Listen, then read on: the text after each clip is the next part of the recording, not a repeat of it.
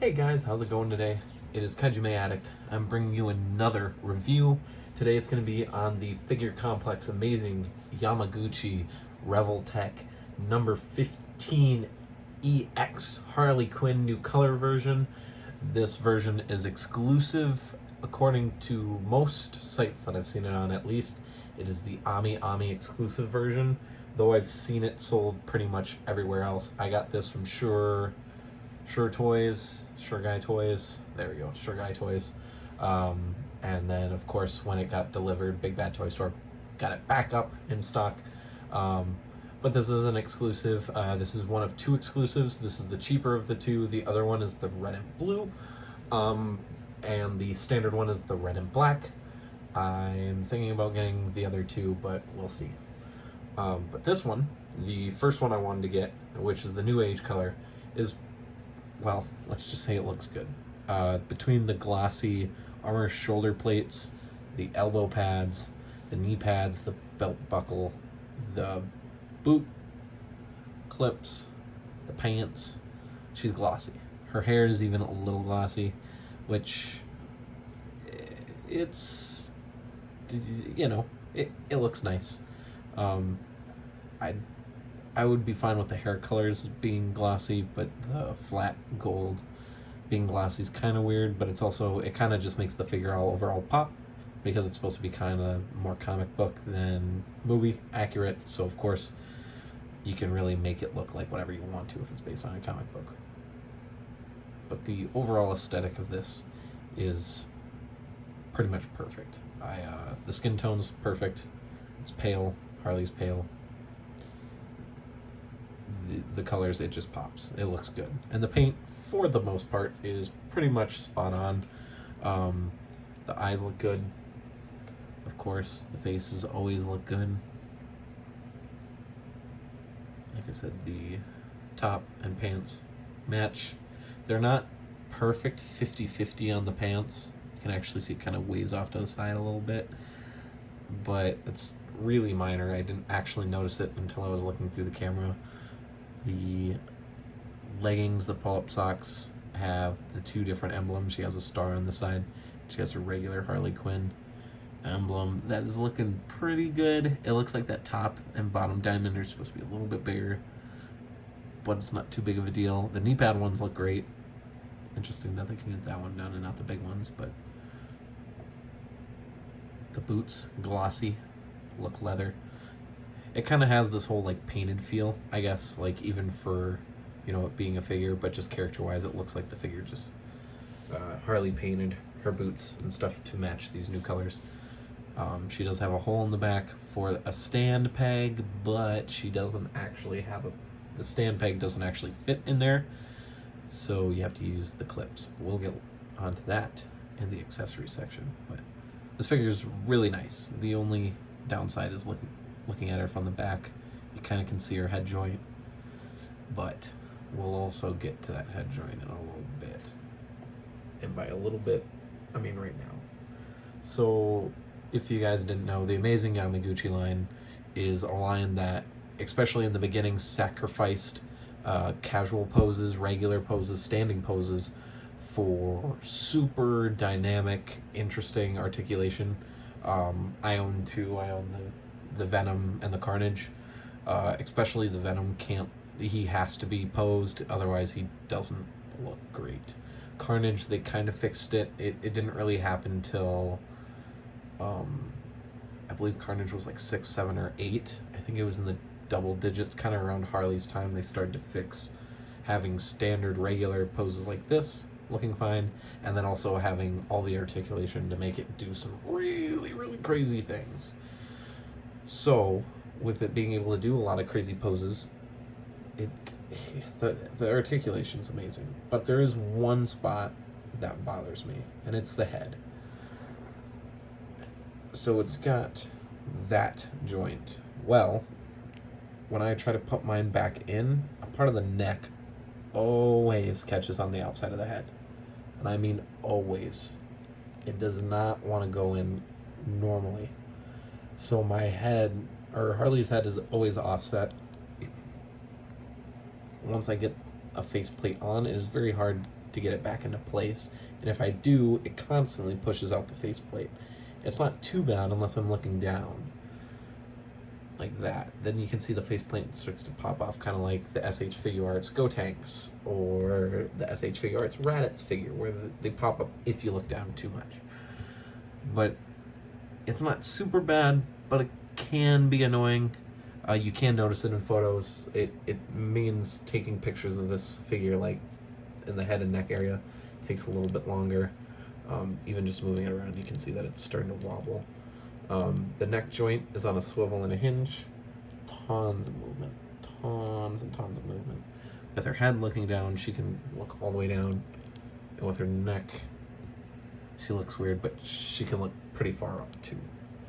Her hair are on ball joint swivels. Go up, down, and they can twist. Mine are still just slightly tight, so I'm not going to do them here, but they can pretty much move. So they can move pretty much freely. They look good. Give her dynamic posing in the hair, which is always great.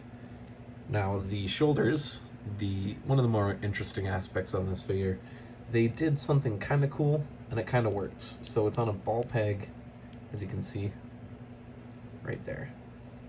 So it's got its regular up movement, forward movement. It's got all that stuff, back movement. Yeah, pose is great. Well, then there's a small peg with an additional ball joint in there, as you can see. That means you can raise it up. So she almost gets 90 degrees going straight out. But then, because it's on a ball joint, you can twist it. So you can fix the issue so she can get those wide open, straight out arm poses if she's holding her bat, threatening you, or, you know, whatever you need Harley to do. So her arms are still pretty much fully articulated. From taking pictures, although you have to mess with it a little bit, there's pretty much no limit to what you can do. And then when you add on this single elbow joint, that is a lot, with 2 different twists on it, you can really add in just a bunch of personality.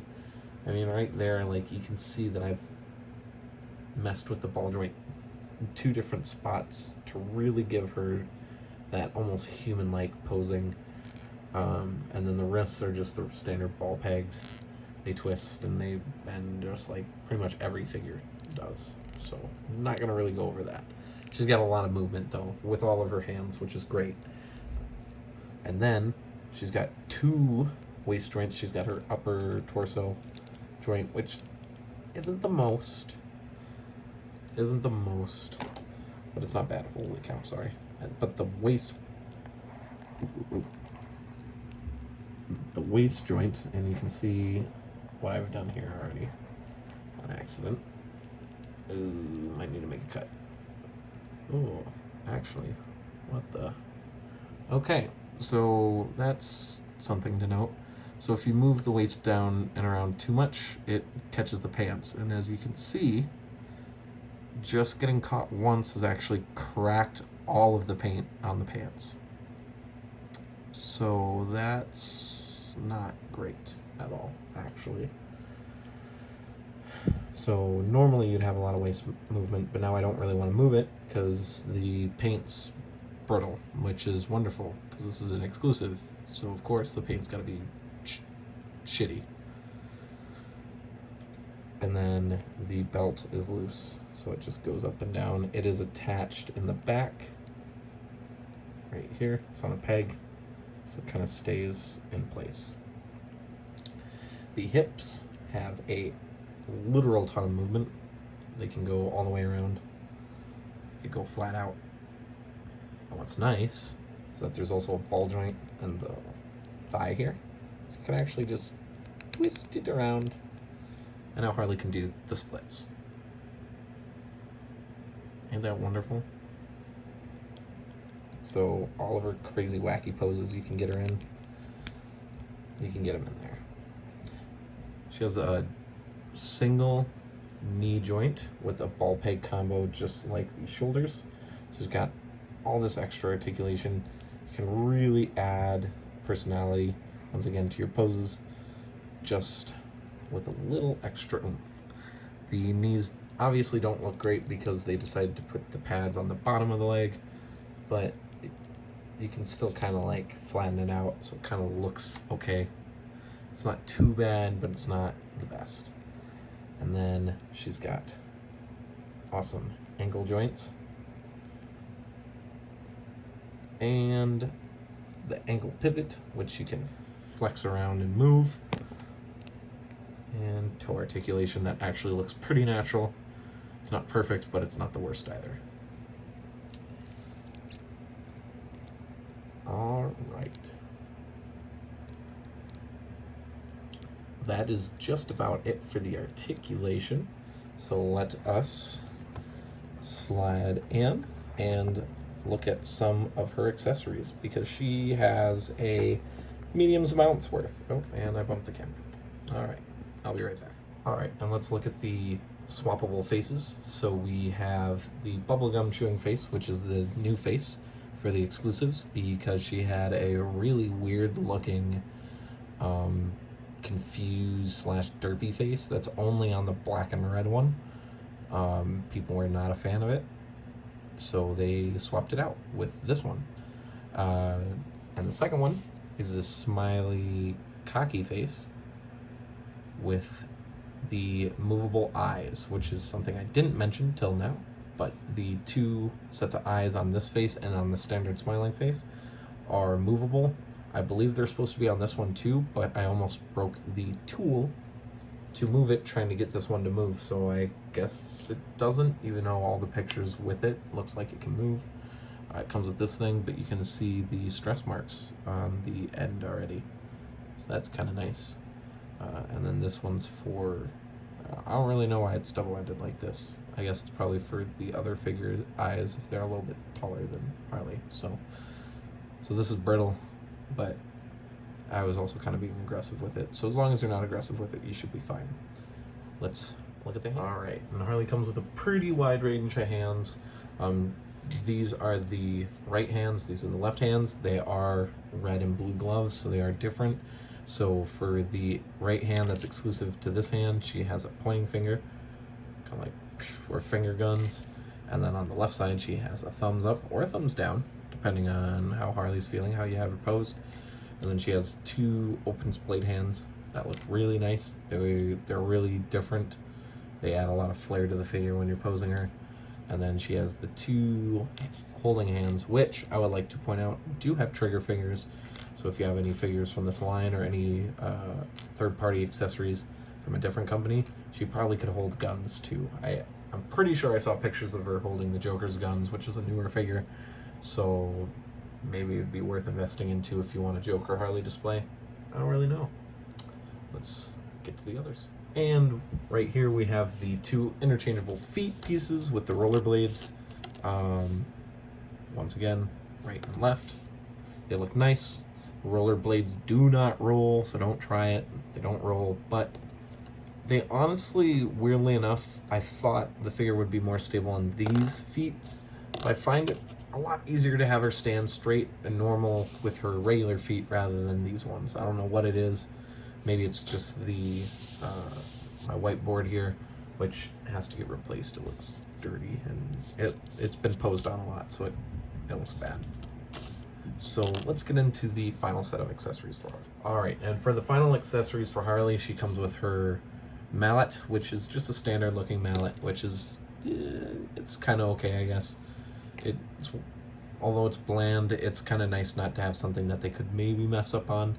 It does have these mold marks in the middle, though, that look bad. And then on this side, it has a peg hole, which the baseball bat also has a peg hole, which is kind of annoying a little bit, but it allows us to mess with this effect piece here, the oofsh, the onomatopoeia, and the impact for her hitting something. It comes with this little peg.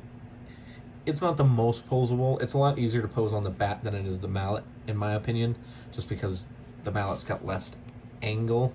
The bat, you can kind of get it all around, but the mallet, it can be a little confusing. I didn't know how I'd care for this effect, but it turns out it's probably one of my favorites, honestly. It's just this nice little extra piece.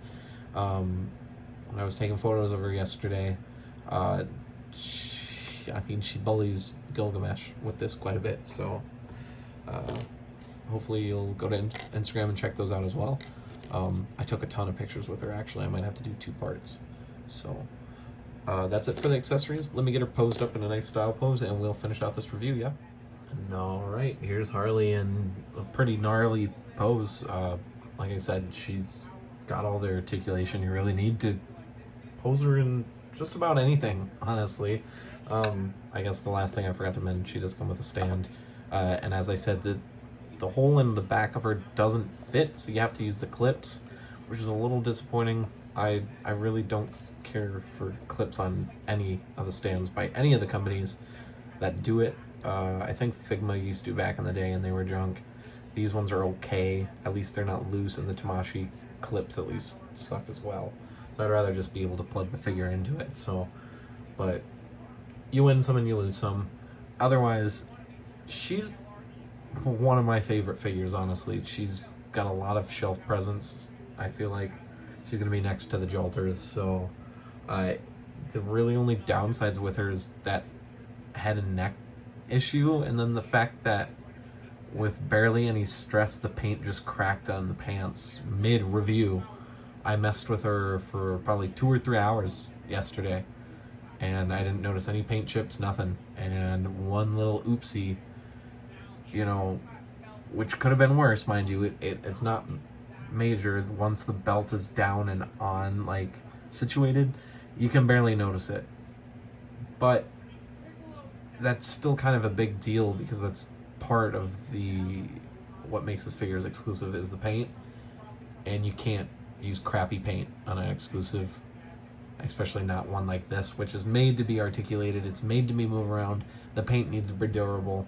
There's no reason for it to really happen majorly or minimally 2 days out of, or 1 day out of the box. So that is going to affect it a little bit. It was going to be a 9 out of 10, but that paint thing does get to me, because that means it's going to continue to deteriorate now, and it's going to be noticeable to me, and that's kind of a big deal. So now the figure is going to get an 8 out of 10.